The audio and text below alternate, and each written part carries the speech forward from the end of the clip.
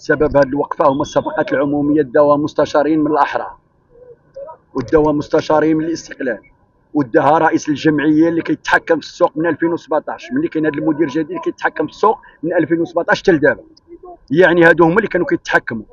وهذا المستشار ديال الاحرار عنده مكتب ديال الجمعيه، يعني كيصول كيدير التغول هو ورئيس الجمعيه هو ديال الاستقلال دايرين التغول على سوق الجمله على حساب الدراوش، على حساب المستهلك المغربي، على حساب المنتج الحقيقي.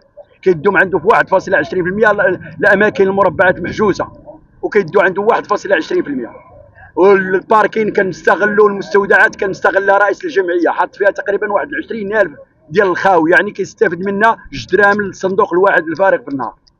يعني والمستودعات كيحط فيها الخاوي ديالو، يعني التجار وسميتو ما عندهمش حق بسوق الجمله. يعني المدير سوق الجمله اللي جا كيدير العداله ويجي ويعطي كل واحد حقه ويجي اجتماعي ويوقف مع كل شيء، جا كيدخل كيهجم على سوق الجمله، وكيديروا شراكه مع الجمعيه للخضر والفواكه ومع مستشار ديال الاحرار ومع مستشار ديال الاستقلال سابقا. يعني كاينه فوضى عارمه داخل سوق الجمله، وشكون اللي غادي يغيث هاد الناس؟ لان المستشارين ولاو كيدوا حقهم نصيبهم من سوق الجمله. انا عيطت على ديال الاستقلال ومشيت عنده باش ندير معاه حوار، قال لي لا انا ما عنديش حق ديال الممتلكات ديال سوق الجمله، انا ماشي مسؤول عليها. يعني كاينه فوضى هنا عارمه، وخصنا من المسؤولين يجيو يشوفوا هاد الفوضى العارمه وهاد الاموال الطائله اللي كتمشي من سوق الجمله شكون كيديها. يعني 17 مليار و700 راه على 800، راه على تقريبا 2300، راه على 800 درهم الشاحنه، راه كاين اللي كيخلص 3000 درهم الشاحنه. يعني فين دازوا هاد الفلوس؟ يعني كاين التسيب، راه قال لك كل نهار كتدخل 600 شاحنه، وهاد 600 شاحنه راه دخلت عندنا حنا في 2010، دابا راه 2025، راه غتدخل شوف شحال ديال البشر زاد وشحال ديال الاستغلال ديال الماكله كاينه وشحال ديال الخضره كاينه وشحال الخضره كتدخل.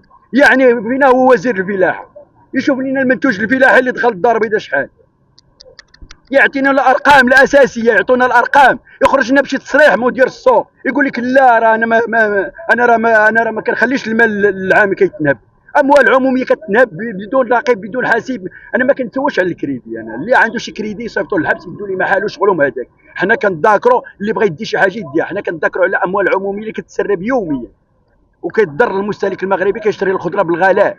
يعني كاينه فوضى عارمه داخل اكبر مرفق داخل سوق الجمله للخضر والفواكه بمدينه الدار البيضاء. المطالب ديالنا خصنا مجلس المحاسبه يتحاسب لنا مع مدير السوق ومع وكيل الجبايات، لان خدامه عائلته هي اللي خدامه في الكاميرات. للخضر والفواكه كتواجد فيه اختلالات كثيره، ومن ضمنها هذه الصفقه المشبوهه. هذه الصفقه ما شاء الله وصف.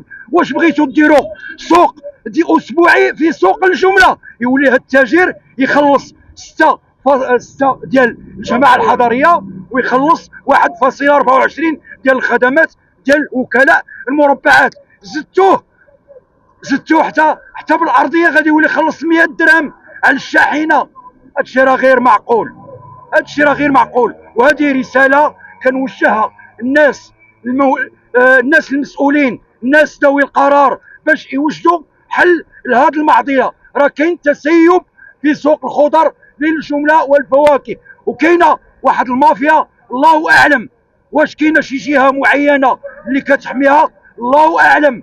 راه كاين تسيب، لهذا كنطالبوا من الجهه المسؤوله، من اداره الضرائب، من المجلس الاعلى للحسابات، يدخل على الخط ويشوف ما يقع في داخل سوق الجمله. راه كاينه مافيا داخل سوق الجمله. والسلام عليكم ورحمه الله وبركاته.